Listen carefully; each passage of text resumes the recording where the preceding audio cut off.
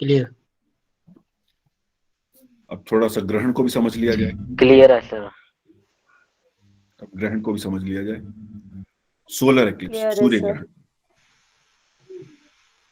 सूर्य ग्रहण क्या है कि हमें सूर्य नहीं दिखाई देता, और चंद्र ग्रहण क्या है, हमें चंद्रमा नहीं दिखाई देता। सिंपल सी बात यह है समझने की। जिस चीज का ग्रहण है वो हमें नहीं दिखाई देगा। तो सूर्य ग्रहण होता कब है? जब पृथ्वी और सूर्य के बीच में चंद्रमा ऐसी स्थिति पे आ जाता है कि उसकी छाया पृथ्वी पर पड़ने लग जाती है। सर राइट क्लिक करके पॉइंटर इस पे आप ऑन कर लीजिए ना, तो ये जब आप चला रहे हैं कर्सर दिखाई देगा। अच्छा, ये हैंड टूल चल क्या? नहीं नहीं नहीं, इसमें आएगा, ये तो चलाने के लिए हो गया। व्यू में एक जगह इसमें ऑप्शन आएगा। एंटोनेशन का होता तो है वैसे कुछ। चलिए मैं उसका प्रयास कर लूंगा, अगली बार से उसको भी ठीक ओके करूंगा। ओके पर ओके। अभी फिलहाल समझ में तो आ रहा है ना, कोई हाँ दिक्कत जी तो जी, नहीं। आ रहा है। तो ये सूर्य की जो किरणें हैं, जब ऐसी स्थिति आती है कि चंद्रमा उस पोजीशन पे है कि उसकी परछाई पृथ्वी पर पड़ती है, तो यह सूर्य ग्रहण कहलाएगा। अब उस सूर्य ग्रहण में क्या होता है, हमने ये सुना भी होगा कि आंशिक सूर्य ग्रहण है, पूर्ण सूर्य ग्रहण है, या सूर्य ग्रहण है लेकिन भारत में नहीं दिखाई देगा, या विश्व के इन देशों में नहीं दिखाई देगा, भारत में होगा। अर्थात चंद्रमा सूर्य और पृथ्वी की ऐसी स्थिति पे आ जाता है कि जहां पे एक विशेष भूभाग, एक पर्टिकुलर ज्योग्राफिकल एरिया उसकी शैडो में आ जाएगा, मून की शैडो में, और उस वजह से सूर्य नहीं दिखाई देगा कुछ समय के लिए, और वो पूर्ण सूर्य ग्रहण होगा। और वो क्या होता है, वो इस तरह होता है, जो ये आपको ऑरेंज वाला एरिया यहाँ पे टच करता दिखाई दे रहा है अर्थ पे, इस एरिया में जो पड़ेगा ये फुल एक्लिप्स है, पूर्ण सूर्य ग्रहण होगा यहाँ पे। यहाँ पे आपको पूरा अंधकार हो जाएगा, मतलब उस समय जब सूर्य ग्रहण का समय होगा। लेकिन उसी समय पे कुछ एरिया ऐसा होगा जहां पे सूर्य मध्यम तो हो जाएगा, लेकिन अंधेरा पूरा नहीं होगा। क्यों? क्योंकि कंप्लीट शैडो नहीं आ रही है, कुछ लाइट रिफ्रैक्ट होके, रिफ्रैक्शन साइंस का एक फंडामेंटल है, या जो ये कह दी हम यूं समझने के लिए कह सकते हैं कि जो साइड से कुछ रोशनी आ जाती है, वो जब जमीन पे पड़ती है जहां पे, वो पार्शियल एक्लिप्स होता है। और ये हिस्सा जो है, इसको अगर हम मान लें, ये जो जहां पे ये व्हाइट दिख रहा है, यहाँ पे न फुल एक्लिप्स है न पार्शियल एक्लिप्स है, तो यहाँ पे नो एक्लिप्स है। तो यानी कि ये वो एरियाज हैं जहां पे एक्लिप्स दिखाई नहीं देता किसी भी गिवन इंस्टांस पे। तो ये तो है एक्लिप्स, सोलर एक्लिप्स। और ये है लूनर एक्लिप्स। अब लूनर एक्लिप्स में क्या होता है कि अब हमें चंद्रमा नहीं दिखाई देगा, क्योंकि उस पर पृथ्वी की छाया पड़ जाती है। और पृथ्वी की छाया पड़ जाती है तो क्या हो गया, सूर्य का जो प्रकाश है वह उस पे नहीं आ पा रहा पूर्ण, और पूर्ण नहीं आ पा रहा तो चंद्रमा दिखाई नहीं देगा, क्योंकि चंद्रमा की अपनी कोई रोशनी नहीं है, ये हम जानते हैं। केवल सूर्य ही नवग्रह में ऐसा ग्रह है जिसकी अपनी लाइट है, अपनी रोशनी है। तो यहां पे देखिए कि अर्थ की जो शैडो जिस पोर्शन पे मून के पड़ रही है, वो फुल एक्लिप्स ऑफ मून है। ये तो मैं वो दिखाने के लिए कर रहा हूं कि जहां, और जहां पे पूरी शैडो नहीं पड़ रही है वो वहां पे पार्शियल एक्लिप्स है, यानी कि चंद्रमा बहुत मध्यम दिखाई देगा। यहाँ पे फुल एक्लिप्स ऑफ मून ये भी हो सकता है कि ये पूरा का पूरा इस एरिया में आ जाए, ये पूरा मून। तो कहीं पे भी पार्शियल एक्लिप्स ऑफ मून दिखाई ही नहीं देगा, वो 100% फुल होगा। मून का एक्लिप्स। मून का एक्लिप्स पूरा हो सकता है, अर्थ का सन का एक्लिप्स पूरा होना थोड़ा कठिन है, या ऐसा होता नहीं है। कारण क्या है? मून का साइज बहुत छोटा है, तो उसकी जो शेडो पड़ेगी,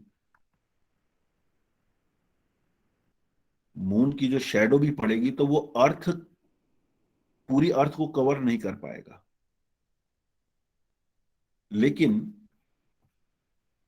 अर्थ इतनी बड़ी है कि उसकी अगर शेडो, अगर ऐसी कोई पर्टिकुलर पोजीशन आ गई, तो वो अर्थ अपनी शेडो से पूरे के पूरे मून को कवर कर लेगा। इसलिए मून का फुल एक्लिप्स हो सकता है। सोलर एक्लिप्स में अर्थ के कुछ पार्ट्स में दिखाई देगा, कुछ में नहीं दिखाई देता। ये उसका कारण है। तो ये तो समझ में आ गया होगा। अब चलते हैं उस प्रश्न पर। Astronomically sun is a star, सूर्य एक तारा है, सूर्य ग्रह नहीं है, ये तो हम जानते हैं। अगर खगोल विज्ञान में हमने जब पढ़ा है, तो हमें क्या पढ़ाया गया है? सूर्य तारा है।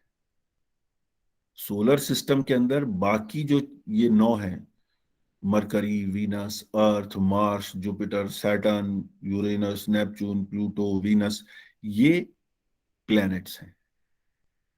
तो astronomically sun is a star, but astrologically it is a planet. यह एक ग्रह है। अब ग्रह को पहले समझ लीजिए, आगे बढ़ने से पहले। ग्रह, अंग्रेजी में जो प्लैनेट है वो एक नाम है, लेकिन उसका एक ग्रीक ओरिजिन भी हो सकता है। पर ग्रह जब हम बोलते हैं तो हमें समझ में आ जाएगा उसका अर्थ भी। ग्रह, ग्रहणातु संस्कृत की धातु से बना है। ग्रह या गृहाण, गृहाण का अर्थ होता है किसी चीज को पकड़ना, किसी चीज के ऊपर पूर्ण प्रभाव डालना। तो जब कोई ऐसी वस्तु जो किसी दूसरी पर पूर्ण रूप से प्रभाव डाल सके, उसके पूरे व्यक्तित्व को, उसकी सोच को अपने सोच से प्रभावित कर सके, ऐसी चीज को ग्रह कहते हैं। और ये जितने भी एस्ट्रोलॉजिकली कॉल्ड प्लैनेट्स हैं, ये तो हमारे ऊपर असर डालती ही है। जैसा कि मैंने पिछली बार में भी बोला था कि सूर्य निकलता है तो पौधे भोजन बनाते हैं, और पौधे भोजन बना पाते हैं तभी बाकी जीव भी जिंदा है। चंद्रमा निकलता है रात को तो तभी समुद्र में ज्वार भाटा आता है। अर्थात ये दूसरी वस्तु के व्यक्तित्व को, उसकी दिनचर्या को या उसके स्वभाव को परिवर्तित करने की शक्ति रखते हैं। उस पे उसको, उसके स्वभाव को, उसके चरित्र पर अपना ग्रहण लगा सकते हैं, उसको ग्रह सकते हैं, उसको पकड़ सकते हैं। इसलिए वो ग्रह कहलाते हैं। अब इसी तरह astronomically moon is a satellite of अर्थ। अभी मैंने बताया था, और ये हम सभी जानते हैं कि जो चंद्रमा है वो पृथ्वी का उपग्रह है, but a planet astrologically, it's a planet astrologically.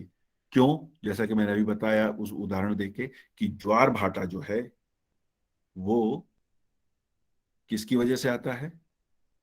चंद्रमा की वजह से। जैसे जैसे चंद्रमा की कलाएं बढ़ेंगी, सूर्य में जो पृथ्वी पे जो जल राशि है वो बढ़ती जाती है, और जैसे जैसे घटेगा वैसे घटती जाएगी।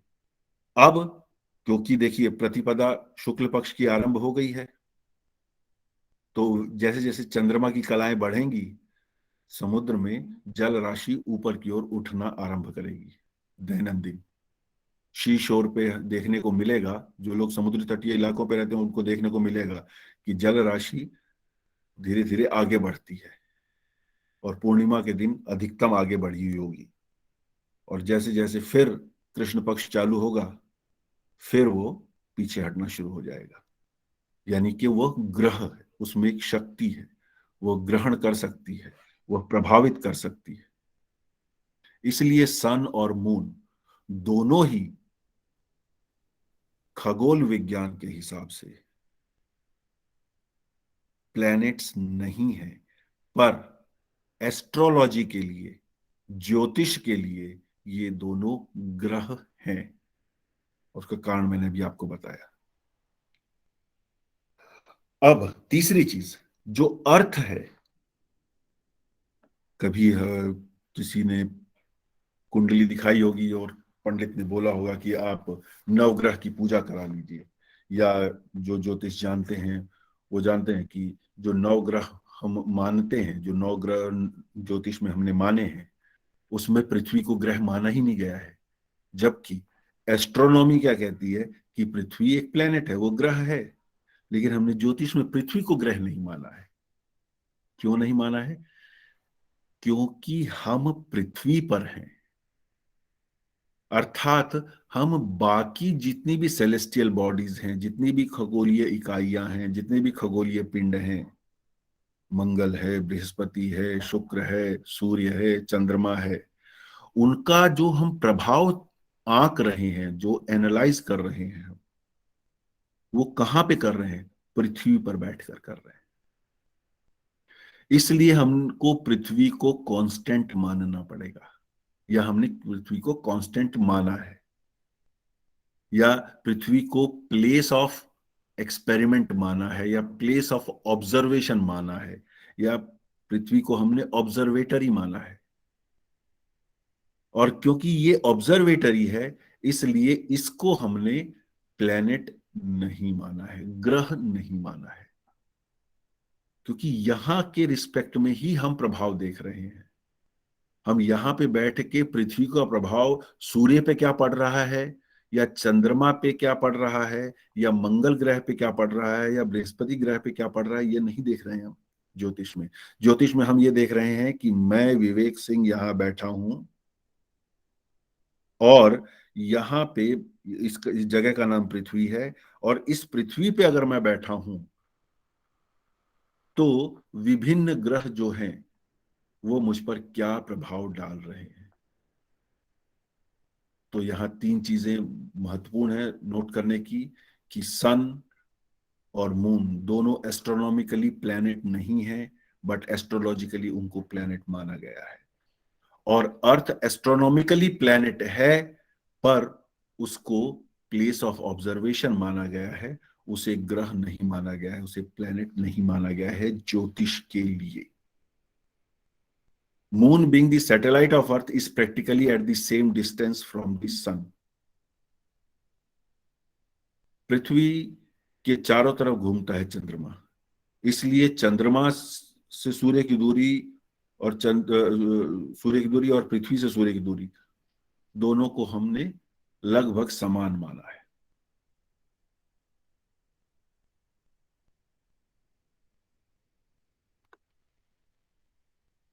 ये टेबल है जो भी हमने सारा डिस्कशन किया उसके बारे में। सन एस्ट्रोनॉमिकली स्टार है, एस्ट्रोलॉजिकली प्लैनेट है। Moon astronomically satellite of earth है, एस्ट्रोलॉजिकली प्लैनेट है। मरकरी एस्ट्रोनॉमिकली प्लैनेट है, एस्ट्रोलॉजिकली भी प्लैनेट है। वीनस भी astrologically as well as astronomically planet है। Earth is a place of observation, therefore astrologically it is not a planet. Mars, Jupiter, Saturn, again these are planets, both ways, astronomically भी और astrologically भी। फिर आता है Uranus, Neptune और Pluto. Uranus, Neptune और Pluto planet ही हैं, astrologically भी और एस्ट्रोनॉमिकली भी, but mainly in the western system. Pluto को जैसा मैंने पहले भी बताया, अब साइंटिफिकली प्लेनेट नहीं कंसीडर करते, पर एस्ट्रोलॉजिकली वेस्टर्न एस्ट्रोलॉजी उसे प्लेनेट कंसीडर करती है। ये तो हुआ आपके प्रश्न का एक भाग।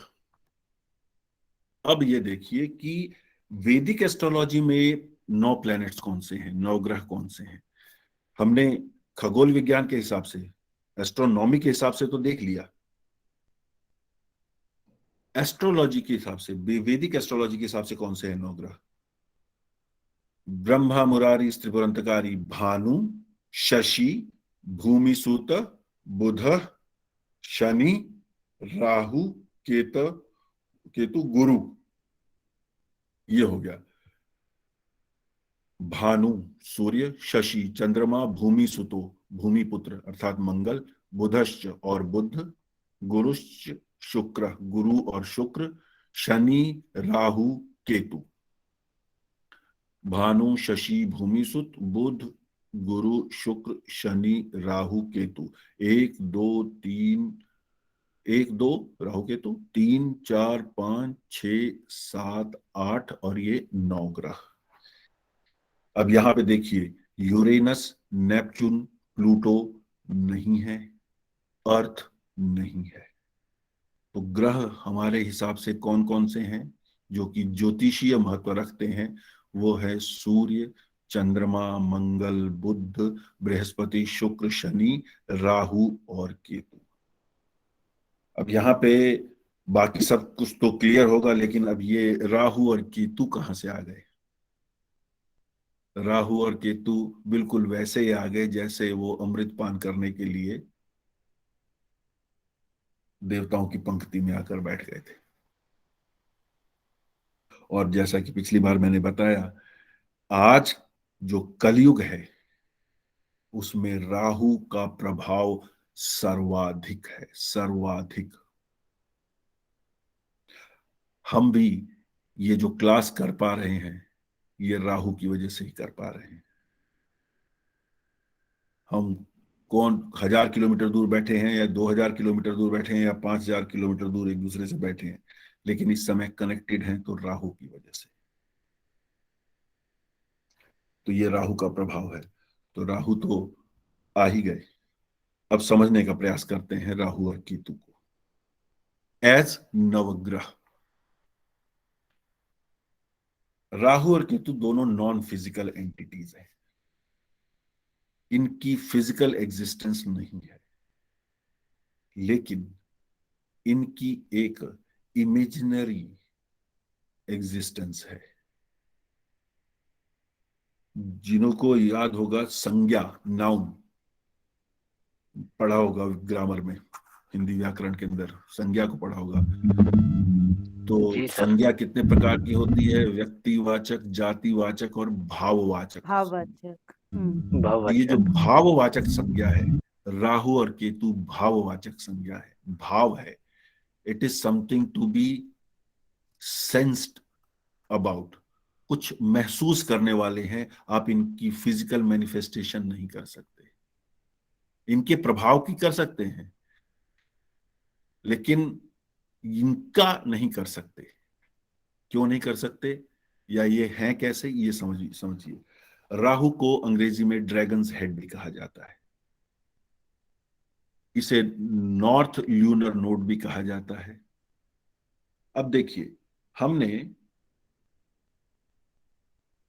एक्लिप्टिक पढ़ा था, अब यहां पे मैंने उसको सीधा किया है एक्लिप्टिक को। और जैसे ये वो पाथ है जिसपे सूर्य महाराज घूमते हैं। और जैसा कि मैंने पहले बताया कि चंद्रमा पृथ्वी का उपग्रह है, तो वो चंद्रमा पृथ्वी के चारों ओर चक्कर काटता है। तो ये जो चंद्रमा चक्कर काट रहा है पृथ्वी के चारों ओर, दो जगह पर यह सूर्य के मार्ग को काटता है। ये इमेजिनरी जो लाइन है इसको काटता है।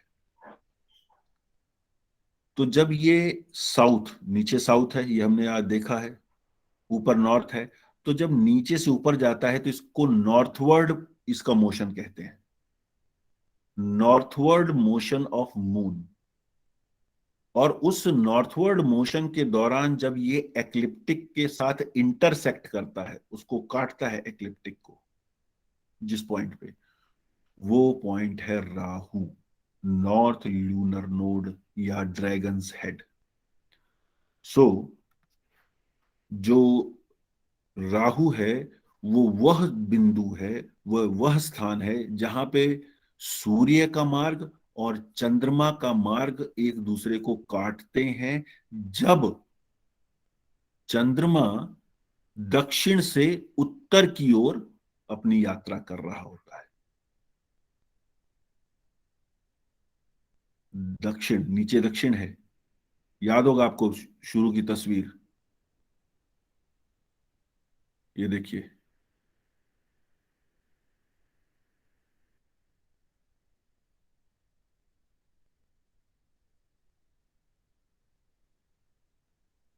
क्लियर है, उत्तर दक्षिण। तो ये नीचे दक्षिण है, तो दक्षिण से ये ऊपर उत्तर की ओर जब चंद्रमा जा रहा है, और उस दौरान जब वो सूर्य महाराज के मार्ग को इंटरसेक्ट करता है, वो पॉइंट राहु है। और जब वो नॉर्थ से वापस साउथ की तरफ नीचे की ओर जाना शुरू करता है,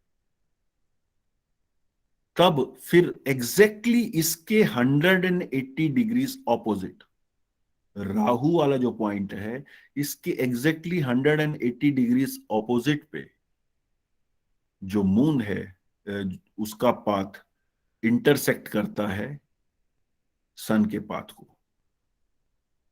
और इसको कहते हैं साउथ लूनर नोड और केतु।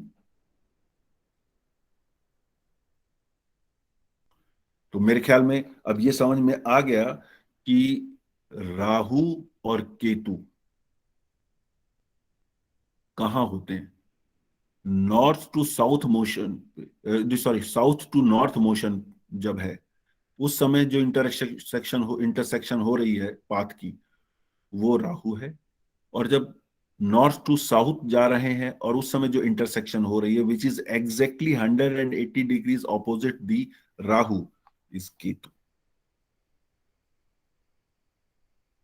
तो ये अब हैं तो, और ये एक बहुत बड़ा प्रभाव भी डालते हैं।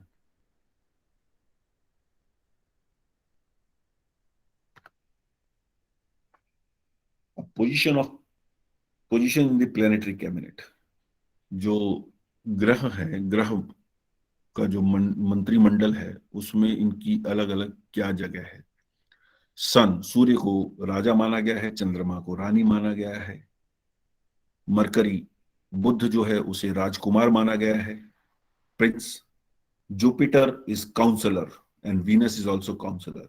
जुपिटर जो है, बृहस्पति जो है, वह देवताओं के गुरु है, उनका मंत्री है।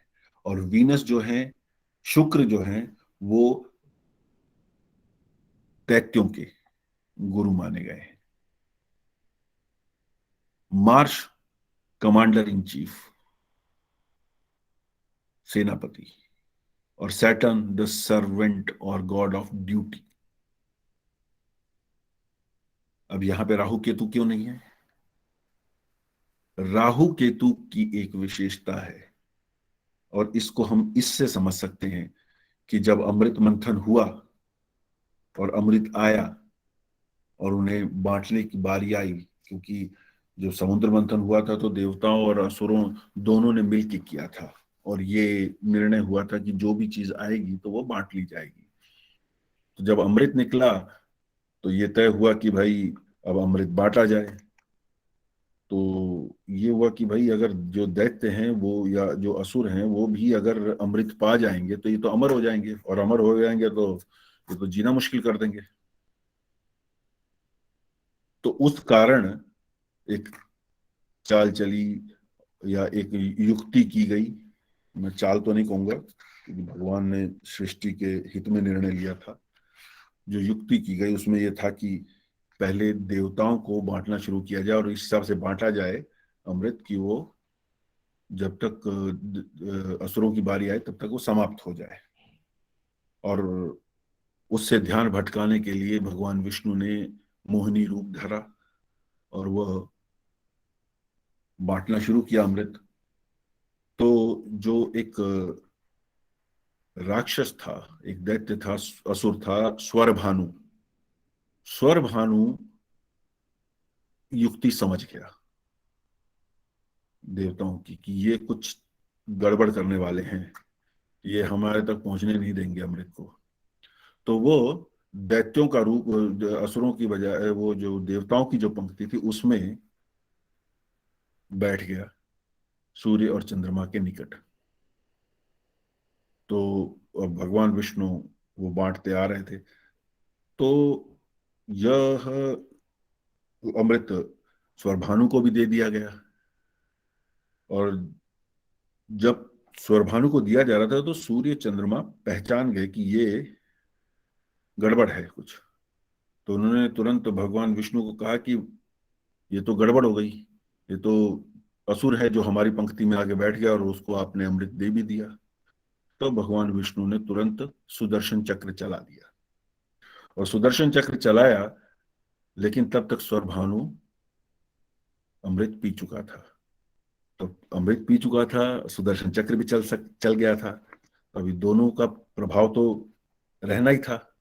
तो क्योंकि सुदर्शन चक्र चला तो उसने तो कुछ ना कुछ हरकत करनी थी, उसने कंठ से काट दिया स्वरभानु को। और जो अमृत था वो तो जा ही चुका था शरीर के अंदर। तो क्योंकि शरीर के अंदर अमृत जा चुका था, तो सर और धड़ अलग होने के बावजूद भी जीवित रहे। और जो अ, सुदर्शन चक्र चला था, इस वजह से कंठ कट भी गया। तो जो सर वाला हिस्सा था वह राहु है, और जो बाकी धड़ है वह केतु है, ऐसा माना गया है। अब जो बात मैं यहाँ कहना चाह रहा था, क्योंकि उन्होंने रूप बदल, स्वर भानु ने अपना भेष बदलकर वह देवताओं की श्रेणी में बैठ गया, अर्थात उसने देवताओं वाले अधिकार पाने का प्रयास कर लिया। और क्योंकि अमृत मिल गया, अर्थात देवताओं का कुछ अधिकार तो उसे मिल गया। देवता अमर हो गए, स्वर भानु भी अमर हो गया। हालांकि दो टुकड़े हो गए और राहु और केतु के रूप में अलग अलग हो गया, लेकिन दोनों ही प्राणमय हैं। इसी प्रकार राहु और केतु भी कुंडली में जिस स्थान पे भी बैठेंगे वहां के स्वामी का प्रभाव अपने अंदर ले लेते हैं। या दूसरे शब्दों में कहा जाए कि राहु और केतु कुंडली में जहां भी बैठेंगे उसी भाव के, उस राशि के स्वामी के रूप में व्यवहार करने लगेंगे।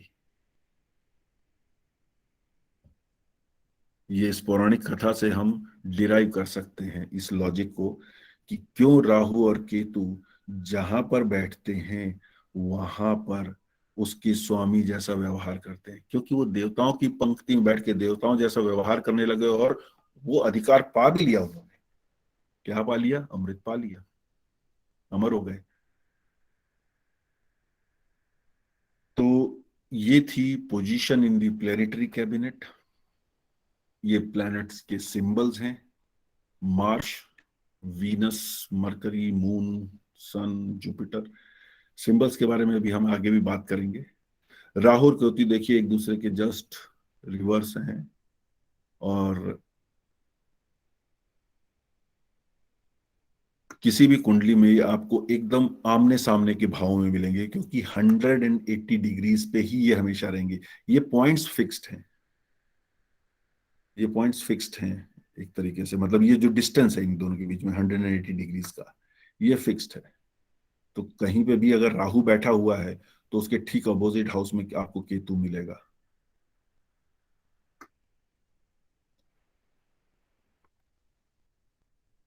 तो ये तो था आज का जो विषय।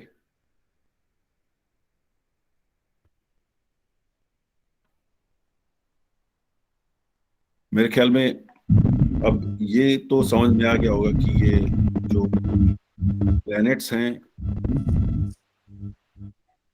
कौन, कहाँ और क्यों रखा गया है ज्योतिष की दृष्टि से। कोई कंफ्यूजन है तो, कोई प्रश्न है तो पूछ लीजिए। नहीं सर, बहुत इंटरेस्टिंग रहा, बहुत जानकारी मिली, अच्छा रहा आज का सेशन। आपने बहुत थैंक यू। विस्तार से बताया, बहुत अच्छे से।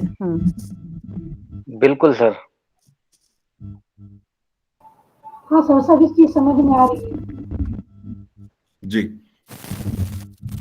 चलिए, अच्छा है, क्योंकि देखिए क्या है कि ये जो इतना सब कुछ मैंने बताया, इसका आमतौर पे प्रत्यक्ष किसी को ये अभी शायद ना भी लगता हो कि क्या रेलेवेंस है हमारे आगे ज्योतिष सीखने में, लेकिन कहीं ना कहीं जब आप स्वयं ज्योतिष करना आरंभ करेंगे तो ये जो ज्ञान है ना, ये बहुत सहायक होगा। ये बिल्कुल वैसा है जैसा कि किसी भी पुस्तक को पढ़ने के लिए हमें ABCD या क ख ग घ जानना जरूरी है। हालांकि ये भी अपने आप में बहुत नहीं है, लेकिन वो है कि बेसिक्स समझने के लिए, आरंभिक रूप में ज्योतिष को समझने के लिए और उसको पचा पाने के लिए मेरे विचार से इतना आवश्यक था और इतना पर्याप्त है। खाने में नमक की तरह है, जरूरी था, जरूरी है, बहुत जरूरी है। मीन्स अगर हमें ये बेसिक ही आइडिया नहीं होगा कि कौन सी चीज कहाँ लाई कर रही है, हाँ, तो मीन्स कल को हम किसी को आंसर देने के लायक भी नहीं है। हम प्लैनेट्स के बारे में बोल रहे हैं तो हमें पता ही नहीं होगा ये प्लैनेट है कहाँ, क्या राशि का मतलब क्या है। हाँ, सही बात है। तो अब जो बेसिक एस्ट्रोनॉमी है, मैं इसमें और ज्यादा विस्तार नहीं करूंगा। मतलब अगर थोड़ा मोड़ा कुछ मुझे लगा तो अगली कक्षा में लूंगा, वरना फिर हम आगे बढ़ेंगे और फिर धीरे धीरे जो भाव हैं, राशियां हैं और ग्रह हैं, उनके बारे में विस्तार से बात करेंगे ताकि वो भी समझ में आ जाए। और एक बार वो समझ में आ जाएंगे ना, तो हम स्वयं अपने तरीके से अपने रूल्स बना सकते हैं, अपनी स्नैपशॉट टेक्निक्स बना सकते हैं। लेकिन जब तक वो नहीं क्लियर होगा तब नहीं कर सकते, तब तक नहीं कर सकते। आप सबसे एक एक कुंडली ना वैसे लेकर भी रख लीजिए, ताकि कभी शेयर करनी हो तो आप तब शेयर कर दे, है ना। मतलब जो अपनी कुंडली या किसी की भी कुंडली शेयर कर सकता है तो वो ग्रुप में या मुझे इंडिविजुअली पोस्ट कर दे, ताकि कभी कोई एग्जाम्पल हो तो मैं उस कुंडली को यूज कर सकूं, वरना मैं अपनी तरफ से तो जो दूंगा दूंगा ही एग्जाम्पल। हाँ जी, ठीक है सर। विवेक जी, एक चीज पूछनी थी, जैसे आपने अभी नेटल चार्ट निकाला आपने, जी, तो मतलब कोई पर्टिकुलर एप्स भी हैं, जैसे मतलब अगर हम डेट टाइम डालेंगे तो अपने आप सब कुछ ये निकल आएगा, या हमें इसको काउंट कैलकुलेट करना पड़ेगा नहीं, हर कुछ चीज नहीं को? करना है। देखिए क्या है, मतलब मैं अपने व्यक्तिगत रूप से जो मैं 2-3 सॉफ्टवेयर हैं जिनको यूज करता हूँ, हाँ जी। जिसमें एक पराशर लाइट है और दूसरा ये जो जगन्नाथ हो रहा है, ये one of the best availables में से है। इसमें बहुत ज्यादा सोचने की बात नहीं है। सीखने की दृष्टि से ये बहुत अच्छा सॉफ्टवेयर है, फ्रीली अवेलेबल है, कोई लाइसेंस नहीं चाहिए, कुछ खरीदना नहीं है। ओके। और मतलब मैं इसलिए ये इसको इसीलिए सामने रखा हुआ है कि अगर आप लोग भी चाहें और अपने एग्जाम्पल भी इसी से कर सकते हैं। हाँ, ये है कि मैंने जो अपनी सेटिंग्स रखी हैं मैं वो आपसे शेयर कर लूंगा, आप भी अपनी सेटिंग्स उसी तरह कर लीजिएगा अगर थोड़ा मोड़ा बदलाव होगा। हालांकि बहुत ज्यादा की आवश्यकता है नहीं, ये सॉफ्टवेयर अपने आप में काफी अच्छी तरह डेवलप किया हुआ है। तो ये जगन्नाथ हो रहा है, दूसरा पराशर लाइट है। इसके अलावा सॉफ्टवेयर तो बहुत सारे हैं, हर एक का अपना अपना एक टेस्ट है। पर्टिकुलरली यदि कोई केपी ज्योतिष करता है वहां पे थोड़ा सा चूजी हो जाता है, क्योंकि वो उसकी थोड़ी सी रिक्वायरमेंट्स, बेसिक या इनिशियल रिक्वायरमेंट्स कुछ अलग तरह की हैं। पर इस कोर्स में मैं केपी तो नहीं करूंगा। हाँ, ये हो सकता है कि एक आध चीज मैं आपको जरूर शेयर करूं, थोड़ा सा वो स्नैपशॉट टाइप में करने के लिए, लेकिन वो समय बताएगा कितना समय हमारे पास उपलब्ध है। आई थिंक प्राशर लाइट काफी काफी कुछ कवर करेगा, और जगन्नाथ हो रहा तो कर ही रहा है। हाँ, मतलब ये दोनों हर तरीके से कवर कर लेंगे। मतलब केपी इसमें भी कर सकते हैं, यहाँ तक जगन्नाथ होरा में भी कर सकते हैं और पराशर लाइट में भी कर सकते हैं। लेकिन कुछ सॉफ्टवेयर केपी को ध्यान में रखते हुए डेवलप हुए हैं, मैं इसलिए कह रहा हूँ। बाकी तो ये है कि जो थोड़ा सा इस विषय को जानता है वो इन सॉफ्टवेयर में अपनी सेटिंग्स उस तरह से कर सकता है कि फिर उसको कोई आवश्यकता ही नहीं कुछ और सोचने की या देखने की।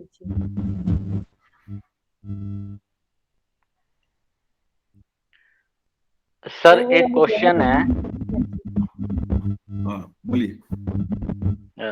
सर नक्षत्र के भी प्रकार होते हैं कुछ? नक्षत्रों का प्रकार मतलब स्वभाव होता है, उनके अपने गुण हैं। नहीं स्वभाव नहीं सर, जैसे आपने ग्रह बताया कि 8-9 हो गए और राशि में 9 पद होते हैं, तो इसी प्रकार नक्षत्रों की भी कुछ संख्या है या ये काफी सारे होते हैं? 27 वैसे तो 28 हैं, 28 नक्षत्र ओके सर। लेकिन ओके सर। हम 27 मान के चलते हैं। कहाँ 28 आएगा वो भी मैं बता दूंगा, लेकिन इन जनरल 27 नक्षत्रों को ही लिया जाता है। एक नक्षत्र होता है अभिजीत, वो कम ही गणना में इस्तेमाल होता है, कुछ पद्धतियों में उसका भी उपयोग आता है, पर पराशरी में हमारा काम 27 से चलेगा और आमतौर पे सभी का 27 में चलता है, यहाँ तक कि केपी में भी 27 वाला ही चलता है, तो उसमें कोई ऐसी दिक्कत है नहीं। क्योंकि जो अभिजीत है वो एक ओवरलैप है, अभिजीत एक ओवरलैप है श्रवण नक्षत्र और धनिष्ठा में, वो एक ओवरलैप है, इसलिए वो वहां पे आवश्यक इतना होता नहीं है। हाँ, मुहूर्त की दृष्टि से वो अभिजीत अच्छा माना जाता है, तो मुहूर्त की दृष्टि से कुछ जो विधाएं हैं उसमें उनका उपयोग होता भी है, वरना 27 ही है। और यहाँ पे भी जो मैंने आपको आज बताया है उसमें 27 नक्षत्र ही है। अभी मैं वो ये दोनों प्रेजेंटेशन भी शेयर कर दूंगा आप लोगों के साथ, वीडियो भी। बिल्कुल सर, इन प्रेजेंटेशन को डाउनलोड भी कर सकते हैं? जो ग्रुप में मैंने डाल दी तो फिर आप डाउनलोड ही कर सकते हैं। हाँ, टेलीग्राम पहली बार चला रहा हूँ, देखता हूँ कैसे डाउनलोड होंगे। हो जाएगा, उसी तरह होगा जैसे व्हाट्सएप पे होता है। टेलीग्राम में केवल ये रहता है कि जब तक आप डाउनलोड नहीं करना चाहते ये क्लाउड में पड़ा रहेगा, आपके सिस्टम की स्पेस नहीं लेगा, ये एडवांटेज है। व्हाट्सएप में क्या है कि वो अगर आपने फ्री कर दिया, ऑटो डाउनलोड का चक्कर है, तो वो आपके सिस्टम की स्पेस ले लेता है और वो उसको क्लटर कर देता है, फिर आपका जो मोबाइल है वो स्लो होना शुरू हो जाता है। जी सर। तो टेलीग्राम में ये एडवांटेज है। दूसरा बस इतना ही निवेदन है कि जो ये मैं ये जो वीडियो और ये शेयर कर रहा हूँ ये फ्रीली डिस्ट्रीब्यूट मत कीजिएगा। नहीं बिल्कुल नहीं। उसका कारण है, नहीं उसका कारण है, मैंने तो दे दिया, उसका एक कारण है कि हर कोई उसका सम्मान नहीं कर पाता। जी बिल्कुल। और ये दैवी विद्या है, हम तो सिर्फ एक लाउड स्पीकर हैं जो बोल रहे हैं, वो उन्हीं को देना चाहेंगे जो उसके पात्र होंगे, हर किसी के बस की नहीं है। जी सर। और दूसरा ये कि ये भगवान कृष्ण ने अर्जुन को समझाया था कि हर चीज का एक मूल्य होता है। अगर आपको आत्मसम्मान चाहिए, अगर आपको द्रौपदी के अपमान का बदला चाहिए तो युद्ध करना पड़ेगा,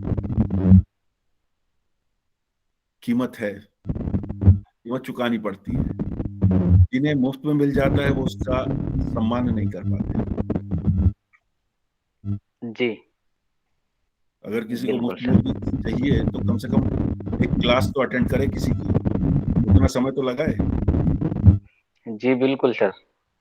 ये चीज होती है, इसलिए और आप लोगों के लिए तो ये है ही है, जितने भी क्लासेस होंगी सभी कुछ आप लोगों के लिए उपलब्ध है।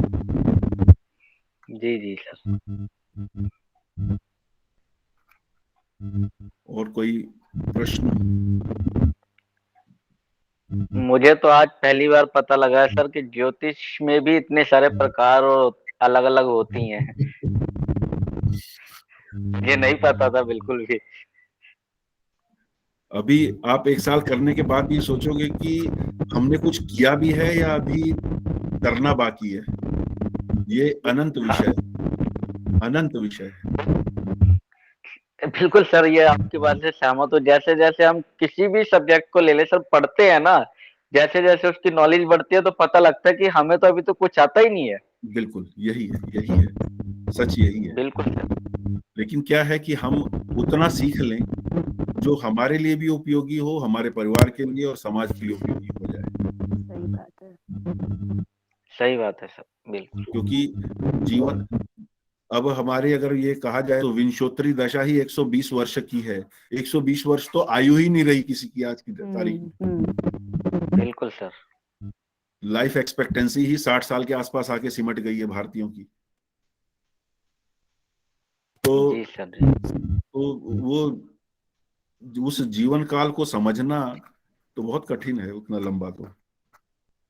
लेकिन जितना है उसको कम से कम कायदे से समझें, क्योंकि ये एक विद्या है जो हमारे पूर्वजों की है, उसको सहेजना भी आवश्यक है। बाजारीकरण तो बहुत हुआ है और व्यवसाय की दृष्टि से जो कर रहे हैं, जब तक वो न्याय कर रहे हैं उसके साथ तब तक ठीक ही है, कोई दिक्कत नहीं है। लेकिन क्या है कि हमें भी, हम एक अच्छी संतान, अच्छे उत्तराधिकारी होने के नाते ये हमारा कर्तव्य बनता है कि जो हमारे पूर्वजों ने हमें विद्याएं दी हैं उनको सहेज सकें।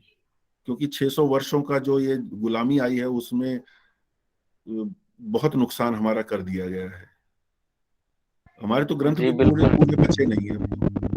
हम तो जो अंश हैं उनको क्लासिक्स मान के पूरा और चल रहे हैं, इसलिए कंफ्यूजन भी बहुत होता है। लेकिन फिर भी चलिए, वो पार्ट एंड पार्सल है लाइफ का। जी बिल्कुल।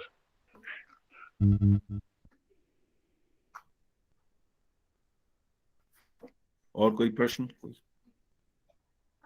यस, सभा विसर्जित की जाए। जी सर बिल्कुल। चलिए ठीक है, आप सभी अपना ध्यान रखिएगा, क्योंकि अब ये ओमिक्रॉन का प्रकोप बढ़ रहा है, तो आप अपनी और अपने आसपास जितनी भी सावधानी बरत सकें, क्योंकि इसका ये एक ऐसा भूत है तो किसी को दिखाई तो दे नहीं रहा है, लेकिन तंग सबको कर रहा है और भयंकर रूप से कर रहा है। तो भगवान इस समस्त विश्व का कल्याण करें, इस कामना के साथ नमस्कार। नमस्कार नमस्कार।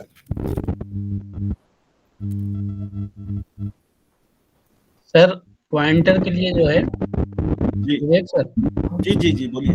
विवेक सर, आप प्रेजेंटेशन पे आइए, पॉइंटर का आप बताते हैं, मतलब 1 मिनट। प्रेजेंटेशन खोलिए आप जी, जहाँ पे आपने रखा हुआ है।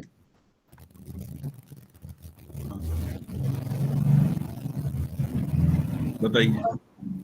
प्रेजेंटेशन पे आएंगे, व्यू पे जाइएगा। व्यू, ठीक है, व्यू पे आ गए जी। और व्यू पे एक जगह आपको 1 मिनट में बताता हूँ। Tool bar? नहीं, टूल बार नहीं है। राइट साइड से 3rd नंबर पे होगा, इंसर्ट के बगल में। एक मिनट में खोल ही ले रहा हूँ। अच्छा, आप माइक्रोसॉफ्ट प्रेजेंटेशन की बात कर रहे हैं? जी, कोई भी आप जिस पे पावर पॉइंट चला रहे होंगे। अच्छा, नहीं, पावर पॉइंट नहीं, एक्चुअली मैंने ये पीडीएफ बना रखी थी। मैं पावर पॉइंट खोल लेता हूँ। ओके, मैं पावर पॉइंट खोल लेता हूँ। कहाँ से लीव कर गई? हाँ, आप लोग लीव कर सकते हैं।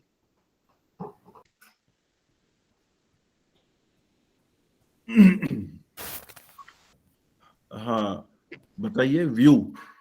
हाँ, इसमें व्यू पे आएंगे जब। हाँ, 1 मिनट सर, अभी बेटा मैं आ रहा हूँ थोड़ी देर में, ठीक है? चलो वो यहाँ से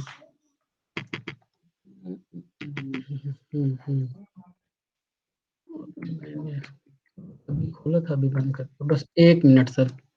कोई बात नहीं, कोई बात नहीं।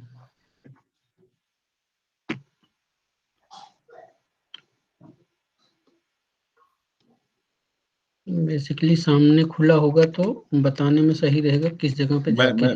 मैं शेयर करता हूँ। हाँ हाँ,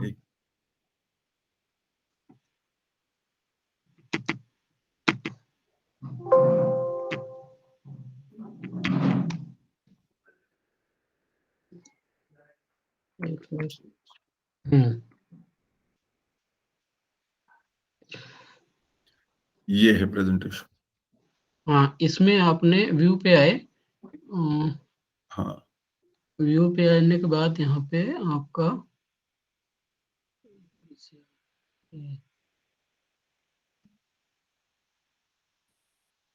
न्यू पेज, 1 मिनट रुकिए सर, बस 1 मिनट दीजिए हमें।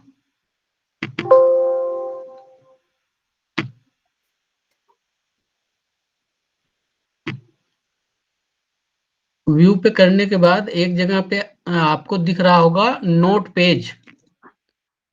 नोट पेज, नोट्स, नोट्स या नोट पेज? हाँ नोट पेजेस, हाँ नोट्स पेज। हाँ, नोट पेज पे क्लिक कीजिए। जी ये सिंपल हो गया, ठीक है। अब आप नीचे यहाँ पे आपका जहाँ पे बॉटम में जहाँ हाँ प्लस माइनस का जूम का है उसके बगल में देखिए एक आपको वो शीशे टाइप, वहाँ नहीं, बिल्कुल नीचे जहाँ पे प्लस माइनस का इसके बगल में ये देखिए, वो नहीं करना। ये उसके बगल में एक जो बड़ा सा दिख रहा है ना ग्लास टाइप का, इस पे क्लिक कीजिए। हाँ अब पूरा हो गया। अब आप जी, इस पर राइट क्लिक कीजिए कहीं भी। अच्छा राइट क्लिक किए, 1 मिनट। हाँ अब देखिए यहाँ पे पॉइंटर का एक पॉइंटर ऑप्शन, हाँ हाँ ठीक है पॉइंटर, अब लेजर पॉइंटर पे जाइए, जी। क्लिक कीजिए। अब इसको कहीं भी घुमाएंगे तो आप इससे मतलब पॉइंट करने के लिए बेहतर रहेगा, किसी को हाँ जब हाँ हाँ समझा हाँ रहे होंगे हाँ, तो। ये बिल्कुल हाईलाइट कर देगा। ठीक है हाँ, ठीक है ठीक है।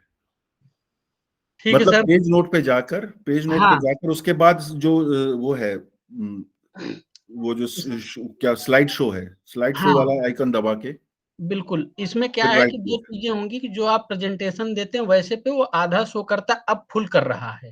हाँ पहली चीज तो ये है कि सामने वाले को दिखेगा भी पूरा।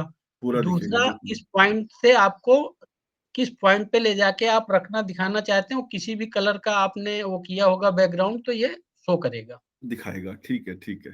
थैंक यू, जी, ये बढ़िया है। धन्यवाद सर। कोई नहीं ऐसा अच्छा अच्छा है, वो जो है ना करने से होता है। नहीं, हम लोगों का बेसिकली काम पड़ता रहता तो इसलिए था, पड़ता तो है, हमें लगा कि मतलब एक दूसरे को शेयर करके रखेंगे तो कुछ न कुछ किसी न किसी को। बिल्कुल। ये तो है ही है, ये तो जी, जी, इसी तरह ज्ञानवर्धन होता है, बिल्कुल बांटने से। सर। चलिए हर बहुत आदमी बहुत। से कुछ न कुछ सीखने को मिलता है। रितु दीदी ने हमसे बोला, हम कुछ भी हो, कुछ तो ज्ञान तो मिलेगा।